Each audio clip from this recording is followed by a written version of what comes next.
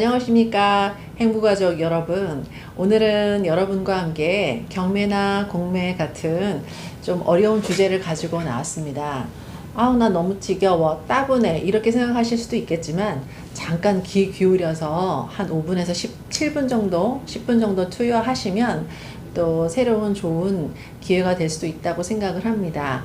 우리 모두가 보통 집을 사거나 팔거나 또는 임대차에서 임대인이나 임차인으로서의 어떤 계약 관계를 많이 하게 되잖아요. 그러면 임대인과 임차인 또는 매도와 매수는 양방이 모두 다 채권자와 채무자의 지위를 동시에 가지게 됩니다. 어떻게 될까요? 매도 사장님 같은 경우에는 집을 계약을 함을 통해서 집을 줘야 된다는 채무자의 위치에 있고요. 그에 반해서 집을 주면 돈을 받을 수 있는 채권자의 지위를 동시에 가지게 됩니다. 그럼 집을 사는 분은 어떻게 될까요? 내가 돈을 내야 하는 채무의 의무를 하게 되지만 집을 받을 수 있는 채권자의 지위를 동시에 가지게 됩니다. 지금 이렇게 방송을 여러분과 함께 하고 듣고 있는 이 시간에도 아마 수없이 많이 도장이 찍어지고 수없이 많은 그런 부동산 매매가 전국적으로 일어나고 있을 거라고 생각합니다. 임대차까지 하면 또 더더욱이나 많겠죠. 그렇게 하는 관계에서 사실 모든 것들이 다 순적하게 이렇게 이루어지는 경우도 있지만 문제가 있는 경우가 없을까요? 있을 수 있겠죠. 그렇게 문제가 있을 경우에는 우리가 어떻게 채권자의 지위에서 내 지위를 가지고 나의 어떤 권리를 담보받을 수 있을까요? 이 담보받을 수 있도록 나라에서 공적으로 부동산을 어떤 시장에다가 내서 팔아서 그 돈으로 나라에서 내가 계약해서 했던 그런 나의 채권자의 지위를 보장해주는 제도가 바로 공매, 경매 제도입니다. 이렇게 공적으로, 공개적으로 급격하게 팔아주는 그런 제도가 없다면 우리는 아마 부동산을 사고 팔 때나 임대차를 할 때도 계약금 낼 때 굉장히 불안할 수밖에 없을 거고요. 그렇게 해서 모여진 약간 하자가 있는, 권리관계에 하자가 있는 그런 물건들은 사실은 매수하려는 사장님들한테는 굉장히 좋은 저점에서 잡을 수 있는 기회가 되기도 합니다.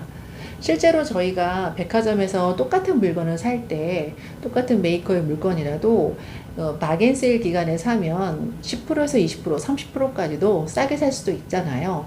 마찬가지로 부동산에서 경매와 공매의 그 법적인 관계를 잘 알아두시면은 나중에 부동산을 저점에 잡을 수 있는 좋은 기회가 될 수 있을 거라고 사료됩니다. 실제로 지금 계속 고금리 시대가 예상되고 있잖아요. 이게 다시 언제 꺾일지는 잘 모르겠는데 올해 2번 이상 금리가 계속 인상될 거라고 예견되고 있습니다.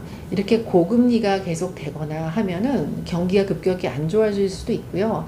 이런 상황에서는 갑자기 급매물이 물 붓듯이 이렇게 나올 수도 있는 그런 시장이 연출될 수도 있습니다.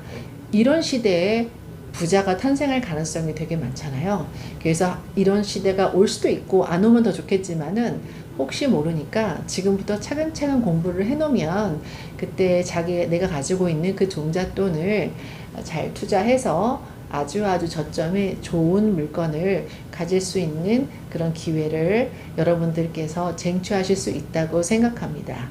이것 또한 행복한 부자로 가는 길이 아닐까요? 자, 한번 잘 들어주세요. 우선 광의 공매에 대해서 한번 알아보도록 하겠습니다. 넓은 의미의 공매에는 국가, 지방자치단체, 정부투자기관 등 공공기관들과 금융기관들, 그에 준하는 기관이나 단체에 의해서 일정한 절차에 의해 공개적으로 매각을 하는 공식적인 매매를 모두 말합니다. 그래서 이 안에는 법원 경매, 한국자산관리공사 공매, 은행, 공사, 부동산 신탁회사, 관세청 등에서 하는 모든 것들을 공매라고 통칭합니다.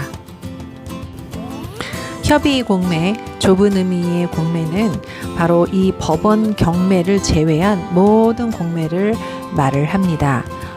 법원 경매는 경매라고 하고요. 그 나머지 아까 말씀드린 곳에서 하는 그런 기관들에서 하는 것들은 다 공매라고 말을 하는 것입니다. 이 표에 제가 좀 알기 쉽게 설명해 놨는데요. 공매와 경매에서 광의의 넓은 의미의 공매 안에는 공매와 경매가 이렇게 들어가고요. 공매는 한국자산관리공사, 파산재산 공매 대수가 있고요. 부동산 신탁회사가 들어가며 경매는 우리가 알고 있는 그런 법원들에서 하는 그런 경매를 말을 합니다.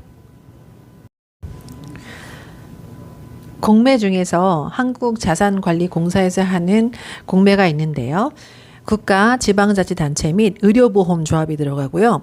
국민연금관리공단, 근로복지공단 등 정부 출연기관의 조세나 준조세 및 공과금 채무를 미납한 자들의 재산을 압류해서 국세징수법과 민사집행법의 절차에 따라 캠코가 그 대행을 위임받아서 국가의 공권력의 행정처분 절차를 대행하는 기능으로서의 공매가 들어갑니다. 또한 캠코는 위와 같은 그 조세 채권에 기한 압류 재산뿐만이 아니고요. 부실 채권 정리 기금을 활용해서 그 자체 내에서 매입한 금융기관의 부실 채권 NPL이라고 말하거든요. 개인들이 매각 의뢰한 수탁 자산이나 금융기관과 기업체 소유의 비업무용 자산이나 국가 소유의 국유 재산, 국가, 지자체, 기타 공공기관, 금융기관 등에서 매각 의뢰한 이용기관 재산 등을 매각해주는 기능으로서의 공매도 실행하고 있습니다. 한편 캠코는 2003년 1월부터 인터넷 공매 제도를 도입했고요. 2004년 10월부터는 현장 공매 제도를 완전히 폐지하고 온비드를 통해 인터넷 공매만을 실시하고 있습니다. 온비드는 캠코가 관리 운영하는 공매 입찰 전문 인터넷 사이트입니다. 두 번째로 파산재산 공매에 대해서 알아보겠는데요. 이건 광의 공매에 속하고요. 거기에는 예금보험공사 공매가 있고요. 정리금융공사의 공매가 있으며 나라 신용정보 공매가 있습니다. 다음에는 부동산 신탁회사의 공매가 광의 공매에 들어가는데요. 한번 알아보자면 KB부동산 신탁, 다울부동산 신탁, 대한부동산 신탁, 생보부동산, 아시아신탁, 코람코 신탁, 한국토지신탁, 한국부동산 신탁, 한국자산신탁이 들어갑니다.